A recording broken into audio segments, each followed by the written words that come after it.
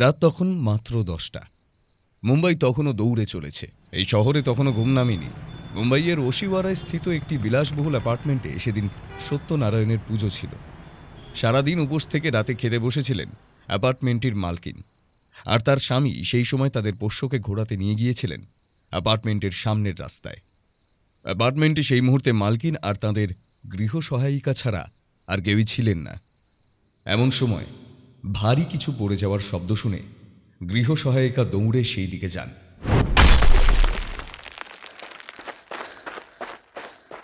গিয়ে যা দেখেন তাতে তার হাড় হিম হয়ে গিয়েছিল।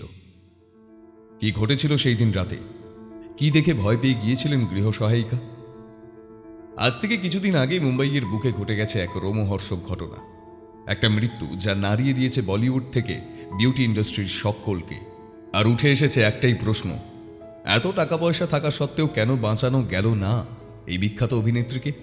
নিজেকে সুন্দর করার এত পাগলামি যে মাত্র 42 বছর বয়সে প্রাণটাই চলে গেল। সৌন্দর্য কি জীবনের থেকেও দামি?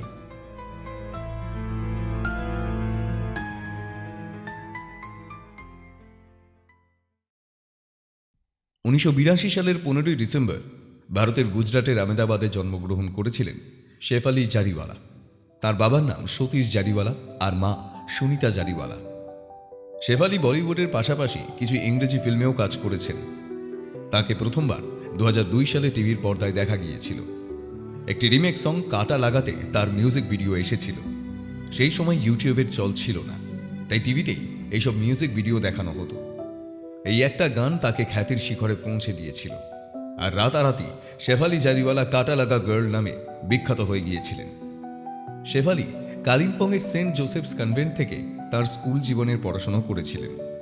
2005 সালে তিনি Sardar Patel institute of technology থেকে তথ্য প্রযুক্তিতে স্নাতক ডিগ্রি অর্জন করেন। তবে তিনি ইঞ্জিনিয়ারিং নিয়ে পড়াশোনা করার সময় মিউজিক অ্যালবামে কাজ করার সুযোগ পেয়েছিলেন এবং তখনই তিনি আইটি সেক্টরের পরিবর্তে নিজের ক্যারিয়ার হিসেবে মডেলিংকেই বেছে নেন। শেফালি মৃত্যুর আগে একটি পডকাস্টে বলেছিলেন, কাঁটা লাগা তার জীবনের টার্নিং পয়েন্ট। মানুষ যখন তাকে শেফালি জারিওয়ালার বদলে কাঁটা লাগা গার্ল বলে ডাকতেন, তখন তিনি খুবই খুশি হয়ে যেতেন। এই ট্যাগটা তার মনের খুব কাছের ছিল। মৃত্যুর পরেও কিন্তু সবাই তাকে এই নামেই চেনে। এখানেই শেফালির সাফল্য। কাঁটা লাগার পর তিনি আরও 10-12টা মিউজিক ভিডিওতে কাজ করেছিলেন, কিন্তু টিভি ইন্ডাস্ট্রি থেকে দূরে সরার পর হঠাৎ খবর আসে তিনি মারা গেছেন।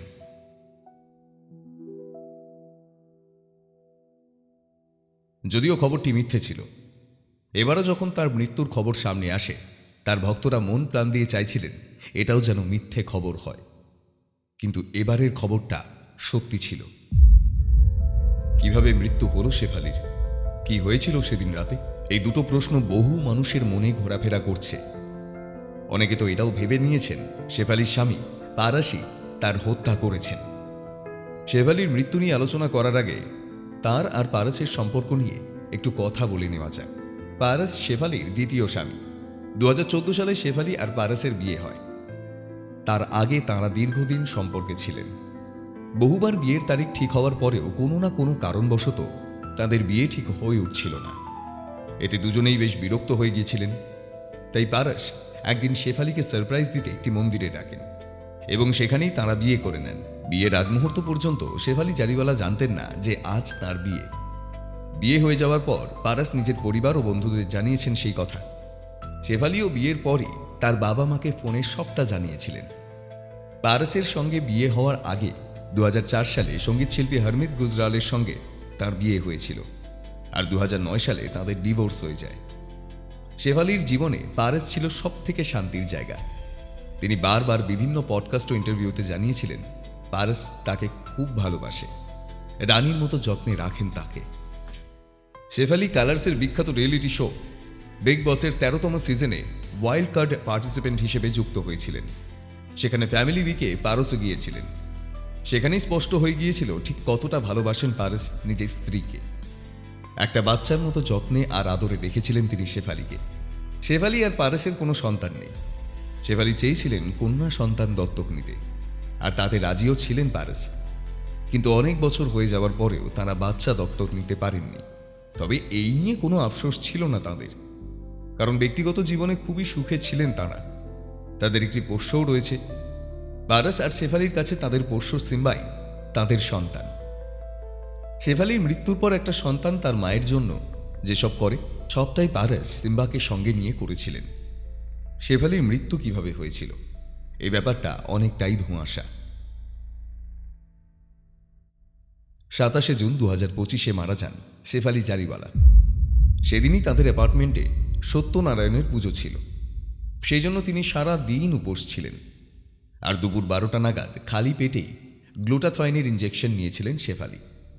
উপোস থাকার জন্য এমনিতেই তার ব্লাড প্রেশার আর সুগার লেভেল কম হয়ে গিয়েছিল।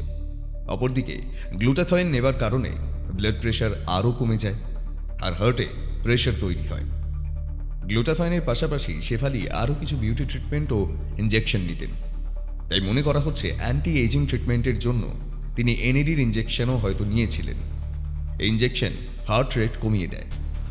সব মিলিয়ে সেদিন শেফালির হার্টে ভীষণ প্রেশার পড়েছিল, যে কারণে কার্ডিয়াক অ্যারেস্ট হয় তার। এক্ষেত্রে বলে রাখি, শেফালি জারিওয়ালার মৃগী ছিল।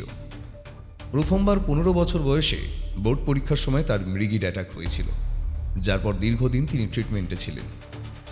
কিন্তু কার্ডিয়াক অ্যারেস্ট তাঁর 27 জুন রাতে হয়েছিল, আর হাসপাতালে পৌঁছানোর আগে রাস্তাতেই তিনি মারা গিয়েছিলেন বলে ডাক্তারদের তরফ থেকে জানা গেছে। কিন্তু অনেকেই কার্ডিয়াক অ্যারেস্টকে হার্ট অ্যাটাকের সঙ্গে গুলিয়ে ফেলেন। এই দুটো কিন্তু আলাদা। যখন হার্টের মাসলে চাপ পড়ে আর কোনো কারণবশত বিশুদ্ধ রক্ত হার্টে পৌঁছতে পারে না, তখন হার্ট অ্যাটাক হয়। অপরদিকে দেহের প্রয়োজন অনুযায়ী হার্ট ব্লাডকে যখন পাম্প করতে পারে না, তখন হার্ট ফেলিওর হয়। আর যখন হার্ট সম্পূর্ণভাবে ব্লাড পাম্প করা বন্ধ করে দেয়, তখন কার্ডিয়াক অ্যারেস্ট হয়। শেফালি জারিওয়ালার মৃত্যুর জন্য বিউটি ট্রিটমেন্টকে দায়ী করা হচ্ছে। এখন বলিউডে এই ধরনের ট্রিটমেন্ট খুবই বিখ্যাত। Botox, lip filler, anti ageing treatment, fairness treatment, liposuction ইত্যাদি। এইসব আনরিয়েলিস্টিক বিউটি স্ট্যান্ডার্ড বলিউডের দৌলতে অল্প বয়সী মেয়েদের মধ্যেও ছড়িয়ে পড়েছে। এই কারণে তাঁরাও এসব ধরনের ট্রিটমেন্ট করাতে উঠে পড়ে লেগেছে, যা অদূর ভবিষ্যতের জন্য খুবই ক্ষতিকারক। এই প্রসঙ্গে আপনাদের গুরুত্বপূর্ণ মতামত আমাদের জানাতে পারেন।